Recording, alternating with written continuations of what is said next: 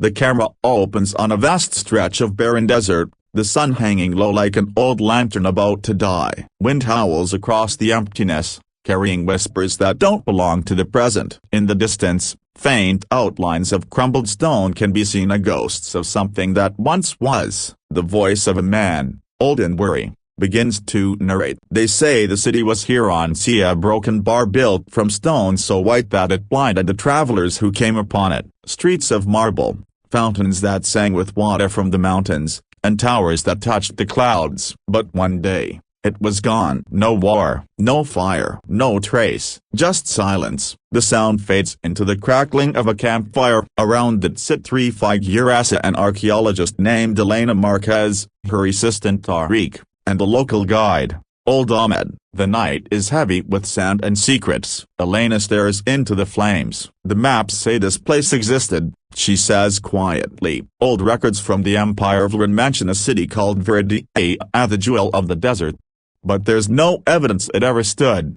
Ahmed spits into the fire. Veridia is cursed. My grandfather told me stories. People who look for it never come back. Tariq laughs nervously. And yet here we are. Elena pulls out an ancient parchment, its corners crumbling with age. This was found in the ruins of Al-Bahar. It describes a city of light that vanished after a night of thunder with no storm. I think that's Veridia. A low wind hums through the dunes. Something distant moans, a sound neither of man nor animal. Ahmed crosses himself and mutters a prayer. The next morning, the desert stretches endlessly. Their truck rattles across the dunes, the engine coughing in protest. Tariq squints at the horizon. We've been driving for hours. Are you sure this is the right direction? Elena checks her compass. The needle trembles strangely. It's pulling west, she murmurs. That's not possible. Ahmed frowns. Maybe it doesn't like where we're going. By noon, the heat is merciless. Waves shimmer in the air like ghosts dancing on glass. Dana suddenly Tariq shouts. There, do you see that? Elena looks up. Far in the distance,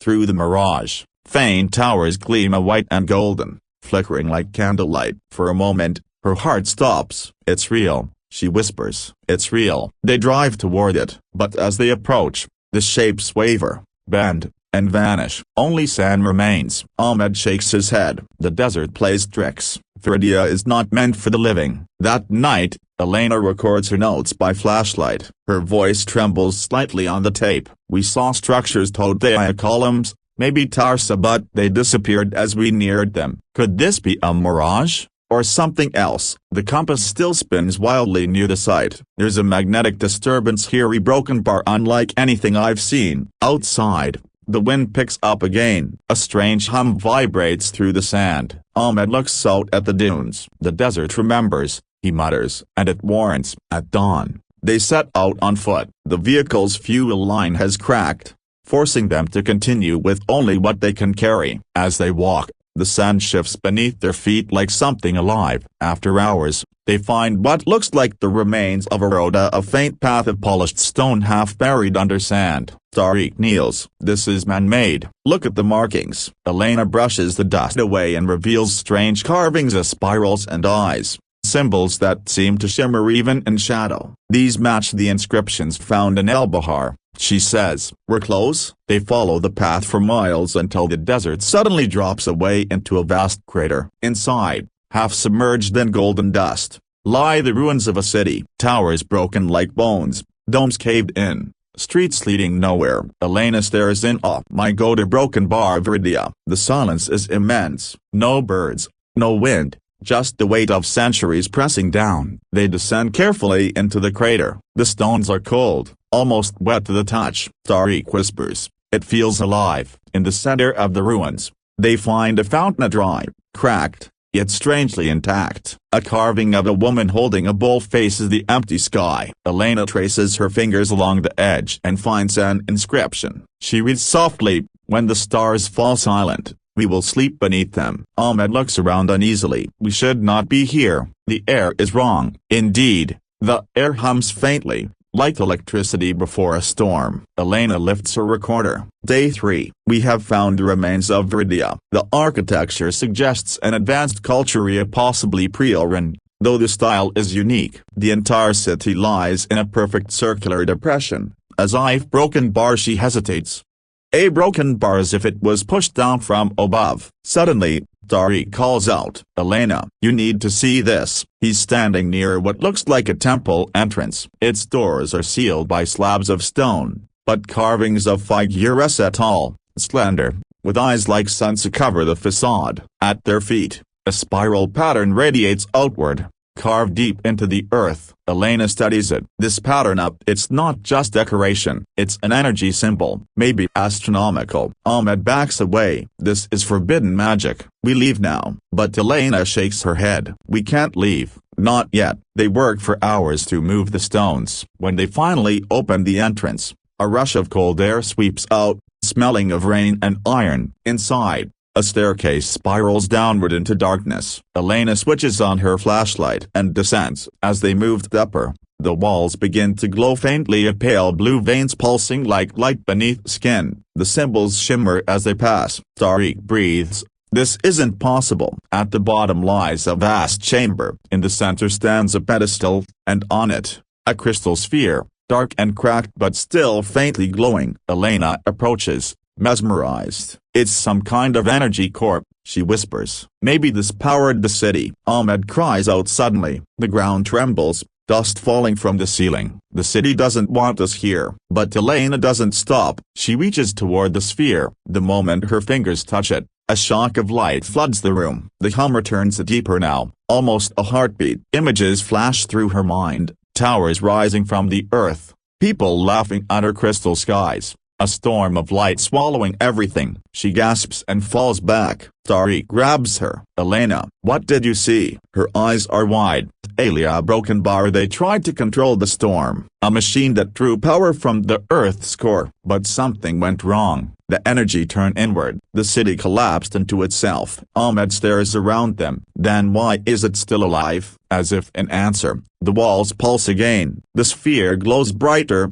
cracks spreading across its surface. A low rumble shakes the floor. "Run!" Elena shouts. They scramble up the stairs as the temple begins to crumble. The light behind them grows blinding. When they burst out into the open, the entire crater is shaking. Sand pours down like waves. The ruins begin to sink. Tariq looks back in horror. It's disappearing again. Elena grabs his arm. "Don't look back." They run until the sound stops. When they finally turn, the crater is gone, yet just smooth desert, unbroken, as if nothing ever existed. Silence. Tariq falls to his knees, gasping. "We saw it. We were there." Elena looks at her recorder. It's dead. The tape melted. Her compass no longer moves. She sinks into the sand, tears in her eyes. "No one will believe us." Ahmed lights a cigarette with shaking hands. "You can't record a ghost," he mutters. Days later, they're found by a rescue team wandering near the dunes, dehydrated and delirious. Elena barely speaks. The officials file a report.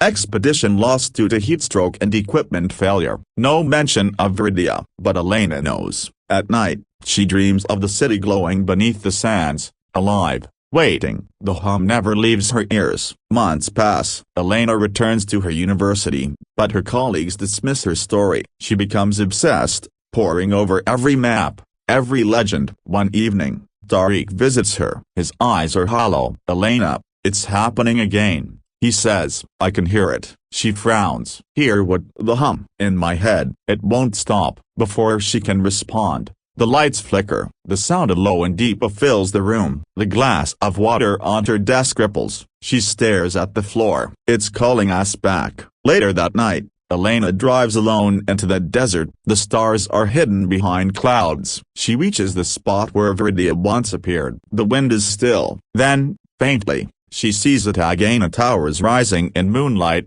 streets shining like mirrors. She steps forward. Her voice trembles. "You never vanished, did you? You just went somewhere else." The ground opens beneath her feet. A flash of blue light, and she is gone. Days later, a search team finds her car abandoned. The sand around it is fused into glass. In her notebook, the last entry reads, "The city is alive. It sleeps beneath time. When the world forgets, it will rise again." Years pass. A satellite photo taken over the same region shows a faint circular outline beneath the dunes, perfectly symmetrical, glowing faintly in infrared. Scientists dismiss it as a geological anomaly. But on quiet nights, when the wind is right, travelers claim they hear something across the desert, a low hum, like a heartbeat beneath the earth. And sometimes, when lightning strikes without rain, shapes appear on the horizon, towers of white and gold, flickering like ghosts, before vanishing again. They call it the Mirage of Veridia. But the old ones still whisper another name, the city that disappeared without a trace.